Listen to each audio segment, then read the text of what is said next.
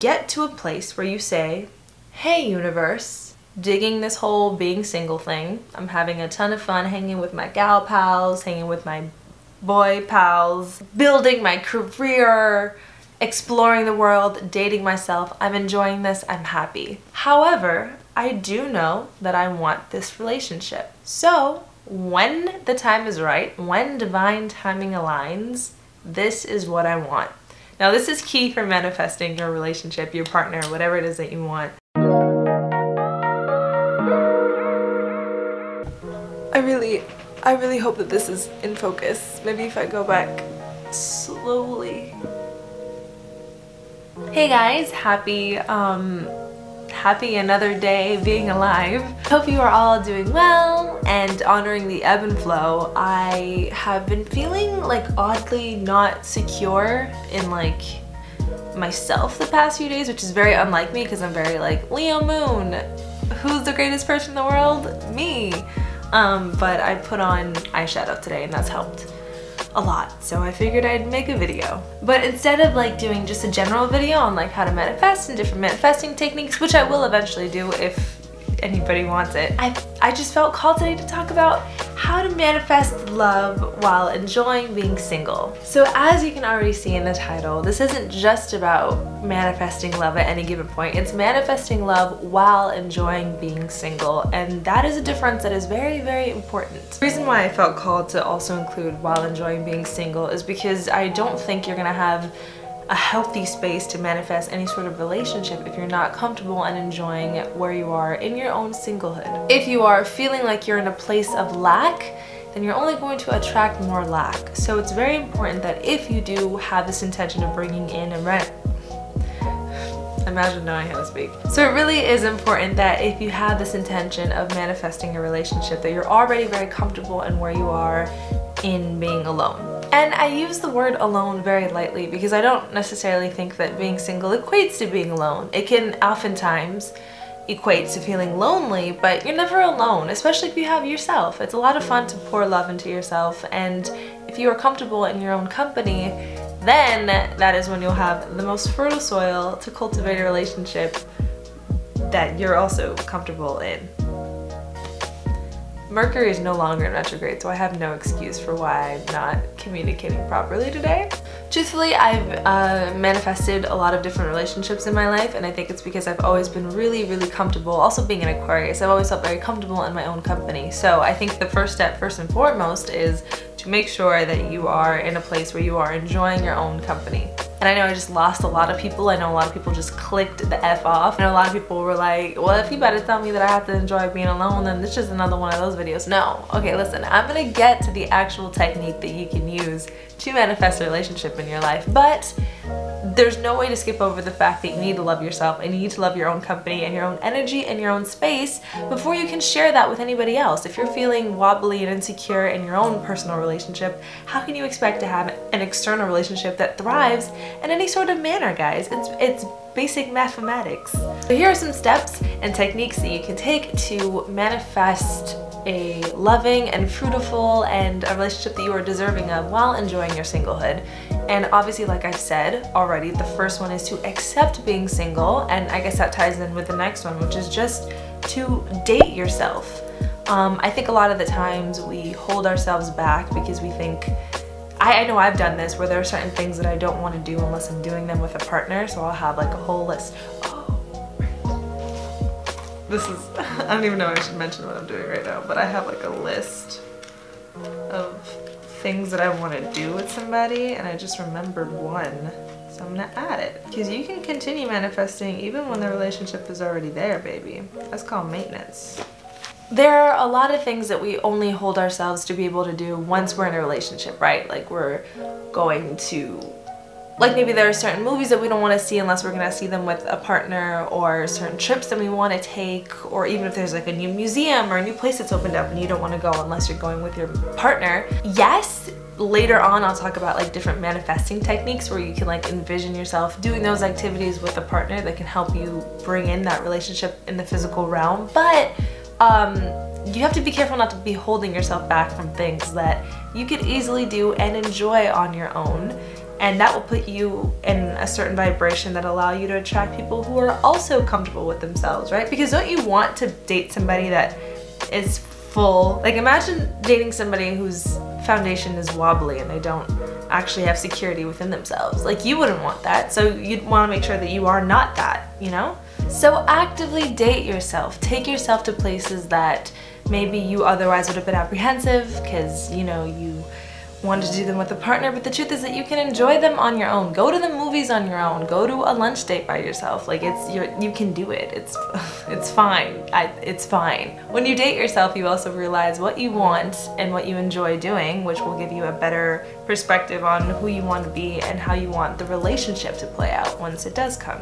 Be kind to yourself, treat yourself, pour all of the self-love that you possibly can into yourself. And when I say that, I mean that in every avenue possible. You know, love yourself physically, make sure that you're treating your body as a temple, and really, you know, if you have any issues with insecurities of what you look like physically, you know, do the things that would help alleviate that, whether it's practicing certain affirmations or certain body acceptance exercises, or even, you know, adopting a healthier lifestyle and starting an exercise routine. You know, whatever that means for you, make sure that you are taking the best possible care of yourself in that regard. Also in your career, make sure you're stable with your identity and who you are as an individual. You know, I think when you're healthy in that regard, you're going to be able to be healthy in a relationship, right? You want to make sure that you are completely aligned. You know, you can't have a healthy relationship if either of you are in any sort of part unwell.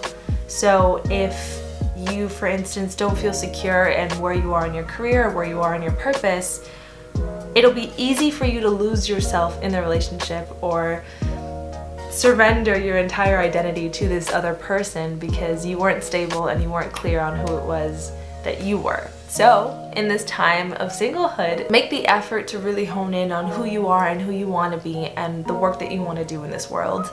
Pour yourself into your career, make sure that you build it, you outline it, you feel it. Cultivate strong friendships, throw yourself into hobbies that you enjoy, and just really make sure that you are making you happy and that you are capable of making you happy, so that when you're in a relationship, that isn't your sole source of happiness, because otherwise it's just gonna drain you. I think, you know, the act of really building a healthy relationship with yourself before you get into a relationship is crucial for many reasons, but one of those reasons being that that's going to help you have the healthiest possible relationship when it does come. You know, it's not like two halves that are gonna make a whole. It should be two wholes making a pie, right? I don't know. It's 3:33 though, so what I'm saying is true. So while you're pouring yourself into strengthening the relationship that you have with yourself, get to a place where you say, hey universe, digging this whole being single thing. I'm having a ton of fun hanging with my gal pals, hanging with my boy pals, building my career, exploring the world, dating myself. I'm enjoying this, I'm happy. However, I do know that I want this relationship. So when the time is right, when divine timing aligns, this is what I want. Now this is key for manifesting your relationship, your partner, whatever it is that you want. Get really, really clear on it. And I mean that. Get very, very, very clear on what it is that you want in your person, in your relationship. And when I say clear, I mean clear. I use the same example, but it always works. I don't know which astrologer I heard this from. I believe it's Katie Elise, and if it is, I'll link her. And even if it's not, I'll still link her because she's great. But she always uses this example that really resonated with me, which is that you can kind of look at the universe as a cosmic waiter ready to take your order, granted that your table is set, right? And setting your table in this narrative would be really making sure that your relationship with yourself and your relationship with who you are when you are not in a partnership is good and healthy. So once that table is set, your cosmic waiter is here saying, okay, it's time to take your order. What do you want? If you just respond with some like elusive shit, like on some whatever you want from me as long as it's in alignment with my greatest and highest good, that is valid, because yes, you are trusting the universe and you should always trust the universe. But sometimes the universe says, no, you've done the work, you've kept your space clean, we appreciate it, we are here to reward you, tell us what you want. And if you ask, you know, bring me anything, they're gonna bring you everything. That's when, you know, you start getting a bunch of different suitors that you don't even know how to respond to. You get scatterbrained because now you're confused on what it even is that you want. But if you're clear on what it is that, not only that you want, but what you need and what you deserve, the universe can respond to that. And the universe likes details. So get detailed as possible. You can do this any way that you want. My recommendation would be to choose perhaps a new moon, which is really good for manifesting. Right now we are in a new moon in Cancer. I don't know when this video is going up, but on the date of filming we're in a new moon in Cancer. So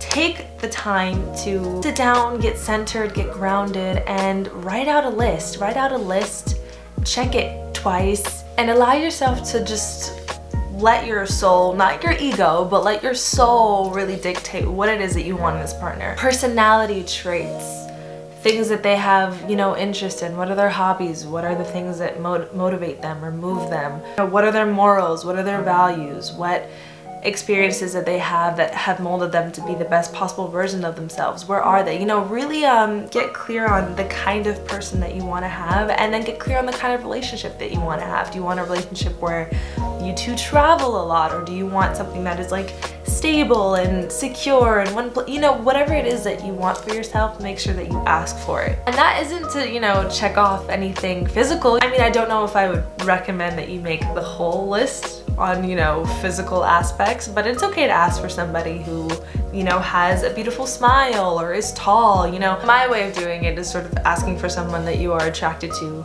physically, emotionally, mentally, sexually, and that will kind of put it all together. But if you have a preference, then ask for that preference. The world is yours. And when you ask for these things, know that you are deserving of them, but also accept the fact that the universe always knows what's best for you, even if sometimes you don't even know what's best for you. So if this person comes in a package that maybe looks a bit different, trust that that is because it was what was in alignment with your best and highest good, but never forfeit on stuff that you deserve. So maybe if they are a bit taller or blonder than you expected, you know, roll with it. But if perhaps they have argumentative tendencies or they leave you feeling unrestful, that ain't it.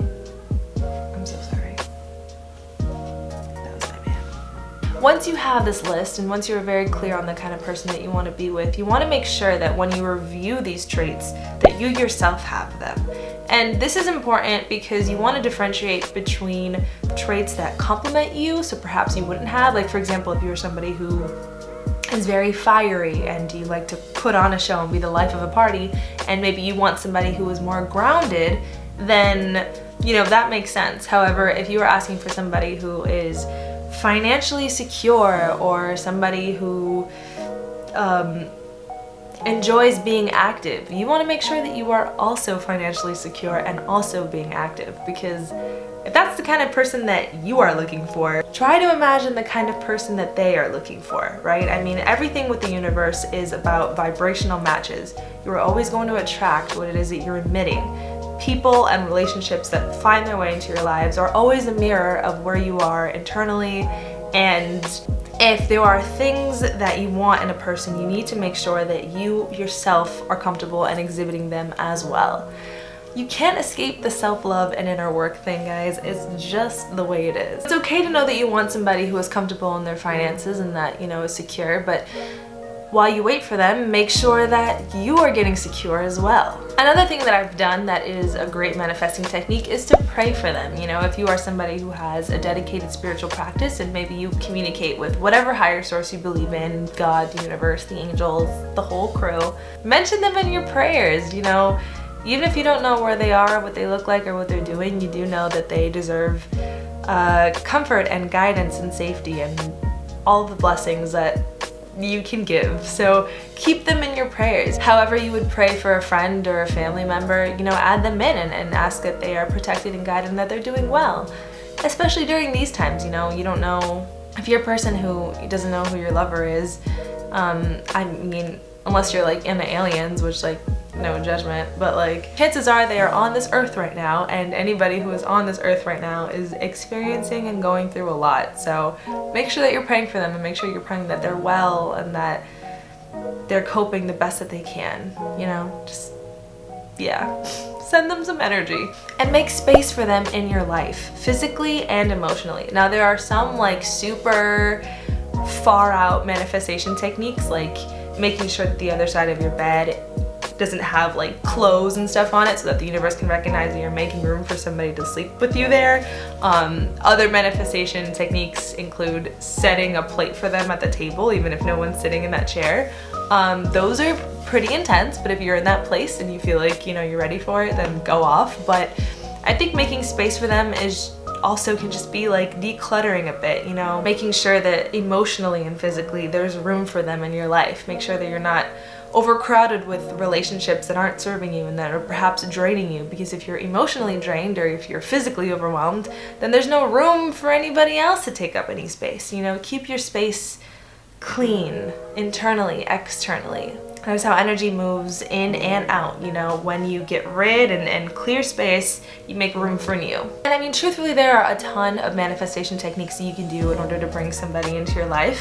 Scripting, which I've talked about in my meditation video, is huge, you know, writing out, getting, you know, meditative and writing out exactly how you want to spend your life with them in present tense as if it's already happening and being grateful and thankful for it. You know, scripting is great. Working with the new moon, which is a manifestation energy, so really getting clear on the intentions that you want with this person and with this relationship.